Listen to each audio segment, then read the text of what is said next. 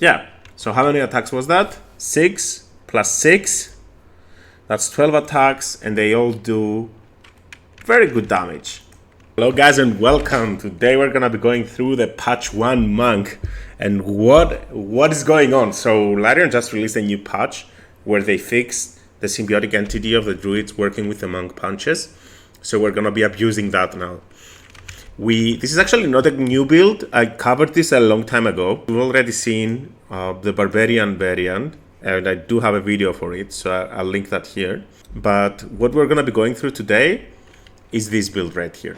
You can go alternatively without the druid points in, but if you ask me, this is gonna be dealing a little bit more burst damage, especially if you manage to get your hands on some boost for your initiative. So we're going to be starting out with points in strength. Well, okay, let me talk about stats for a little bit. So in the first 6 levels of the game, you can go dexterity, and that's good enough. But once you get the ability score increase where you can use Tavern Brawler, you should be switching. Now, alternatively, you could get 4 levels of Rogue, like the first 4 levels of Rogue, get the Tavern Brawler, and then continue as a monk.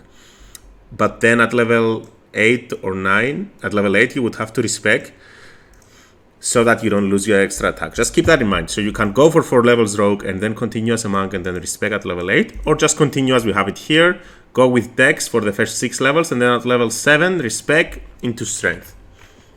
If that's confusing, then don't really worry about it. Go for strength and then that's still okay. Let's look at our abilities. We want that maximum strength. That's really juicy and that's something we really want.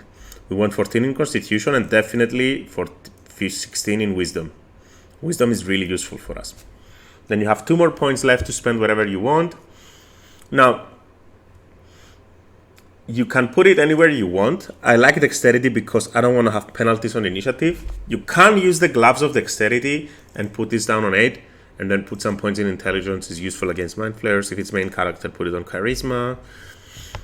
I don't recommend this being a main character build because its charisma is kind of low, but it's a very good build for Astarion or Karlach.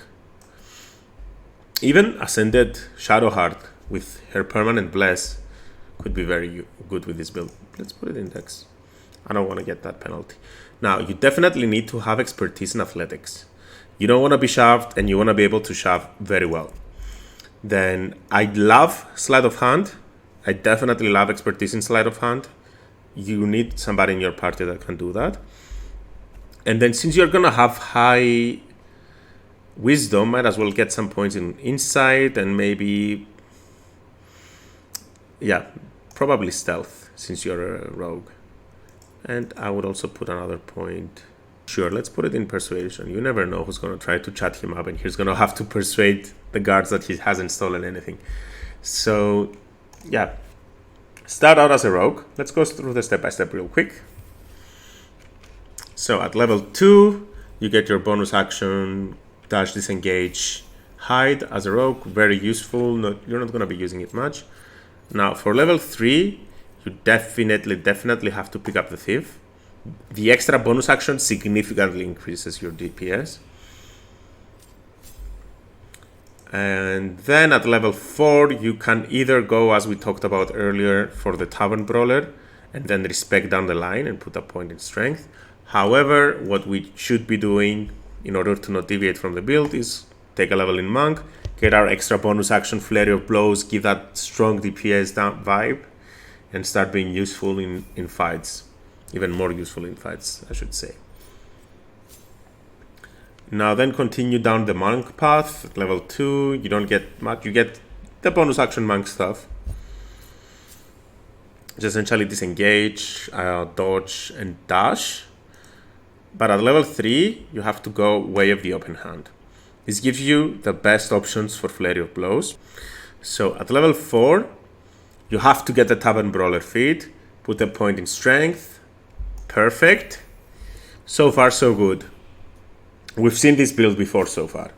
And at level 5, you get your extra attack and the stunning strikes, and now it's displayed perfectly. Yes, and now at level 6, this is why you definitely want to be going open hand, is that you get wholeness of body, or you get an additional bonus action and you get even more damage. Very strong. Now, at level 10, you have an option. You have the option of even getting another level in Monk, which will give you evasion, which is very useful because you can actually avoid all the damage from an AoE dexterity-based attack, or take half if you fail your save. And Stillness of Mind, amazing way to remove fear or charm from your character. And it's automatic, it's buffed over 5e, regular D&D. Or alternatively, you can go for Rogue and get that ability score increase. And you would probably go for an ability score increase and max your strength. Now, or your wisdom, really. However, what you should know, at this point in the game, you're very close to getting the gloves of 23 strength. Guys, alternatively, a very good option at this point is to get the alert feed, because it will boost your initiative, and since you're not going to get a lot of temporary hit points from your wild shape down the line, this will allow you to get all your attacks down in the first turn and benefit from the bonus from it. I'm not going to go for the rogue, actually. I prefer the monk level a little bit, because evasion is very useful and you get an additional key point, so that's more damage. Now for the last two levels, which is my favorite part of the build, is that you get to go Druid. The skills really don't make a difference.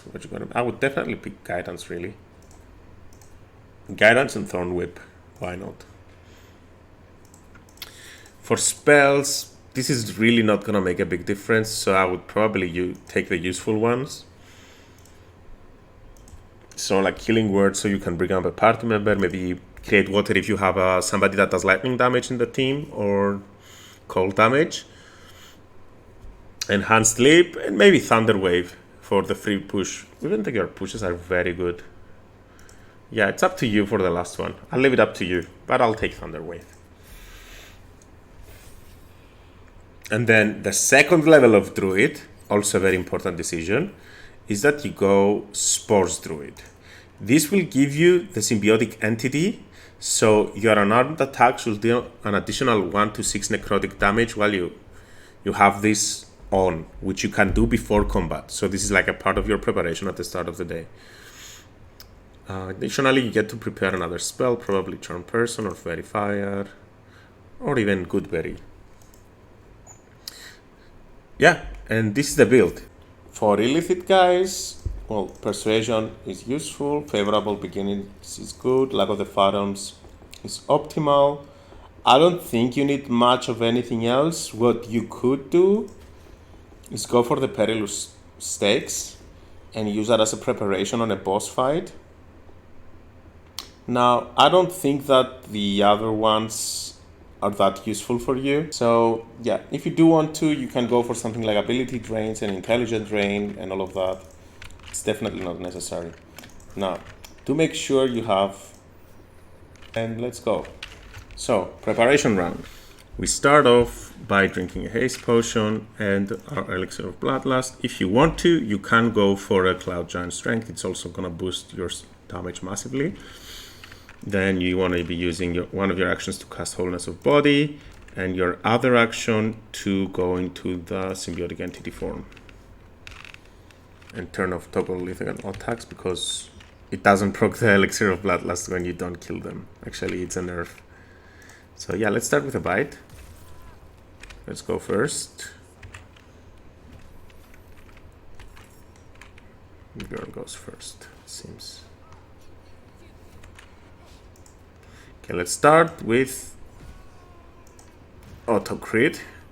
Perfect. Let's smack him once, we get our extra action. Now let's topple the next target. Punch.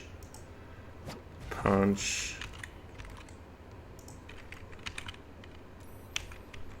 Could even use Perilous Stakes at this point, guys. Our wisdom is high enough, and it would make an enemy vulnerable to our damage, right? So that could double our damage effectively. So let's punch her again. Since we ran out of movement, well, we could even cast a spell. We could throw some items at the end. Let's throw our smuggler's ring. And let's throw... And let's throw a grease bottle as well, so that it explodes. Yeah, so how many attacks was that? 6 plus 6. That's 12 attacks, and they all do very good damage. If you want to boost the damage of the build, you could go with the Gloves of Soul Catching and with Ascending Astarion, and this would increase your damage by 2d10 for every attack that you have. So effectively, 24d10 additional damage to what we've seen in the video. Yeah, guys, so this is it. If you enjoy the content, drop a subscribe. Thank you for being here, and I'll see you around.